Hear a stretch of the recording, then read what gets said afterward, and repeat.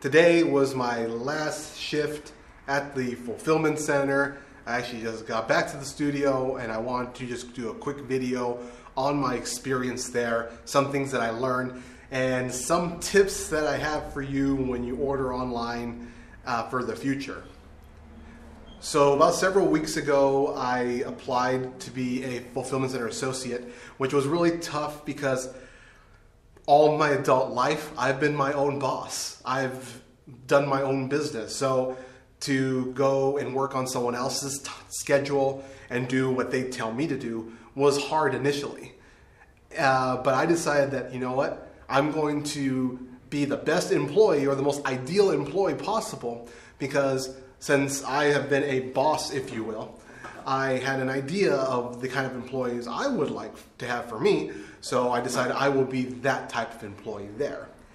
And right away, it seemed like the supervisors and the leads really liked me.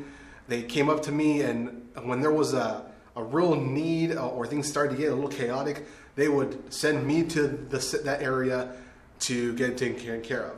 I was assigned as a packer to pack the orders, and there would be times where it would get really backed up, and there was Patrick, can you go to wall, and I'll tell what the walls are, this number, and go there. And I was really quick, very accurate, so I made that transition very easily, even though initially I did not want to take the job. But now, when I was leaving the center today, I was like, oh, you know, I'm gonna kind of miss the job and miss the people that I met. So working this job gave me an appreciation of everything that goes into getting an order you purchase online over to you. And there's a lot of people that make that happen. You can order just one item, and there's a whole facility and team to get that one item to you. I will never look at an online order again, the same when I receive one. But with that said, there are a few tips that I want to give to you just to keep in mind the next time you place an online order. So my first tip is, don't order cleaning supplies and groceries in the same order. Why? Because they're going to be put in the same box. And I've seen a box or two, and I've heard some stories how there was something that wasn't sealed correctly or wasn't checked, and the contents of the cleaning supplies spilled and ruined everything inside the package. So I would suggest if you need groceries and you need cleaning supplies, it might be an extra step, but do 2 separate orders. That way it just avoids any mishaps. And I thought that was a rarity, but it actually occurs more often than you think. The second tip is clean what you order.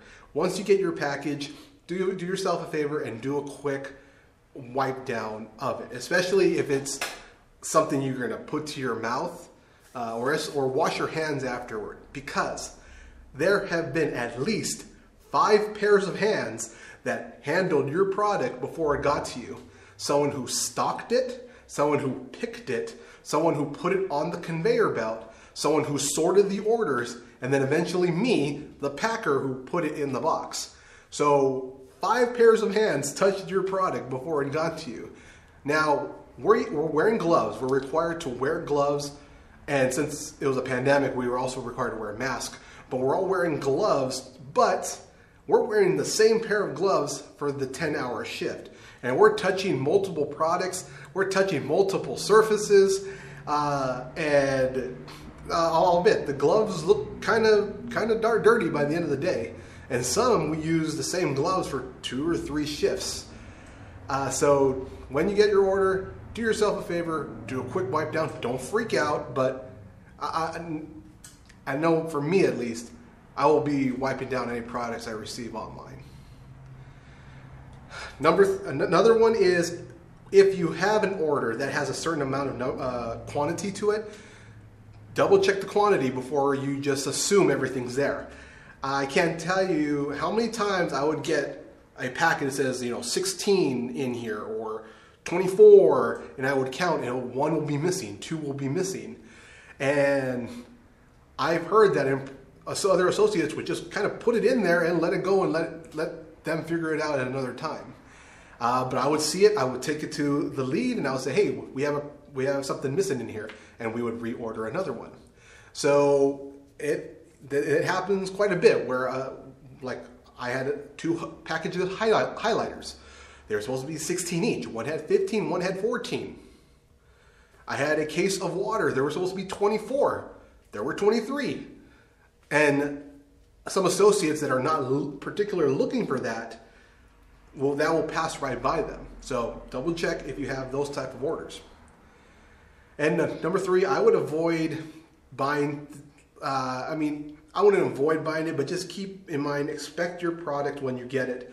Because I can't tell you how many times I've seen associates just take the product from the cubby and throw it in the box. I'm not kidding, literally throwing it into the box. Me, I would take it and I would put it in the box. You know, I would make sure it's nice and organized. They would just boom, boom, boom, boom, rearrange it, put the bubbles in it, and then set it off. And I would look at them and I would be like, you got to be kidding me. How can you treat someone ordered like this? Some I've seen, they would just drop the product on the floor, pick it back up, and just put it in the box. Not even wipe it, not even check it. They just dropped it, picked it back up, and put it in the box. So inspect your product, which of course is obvious.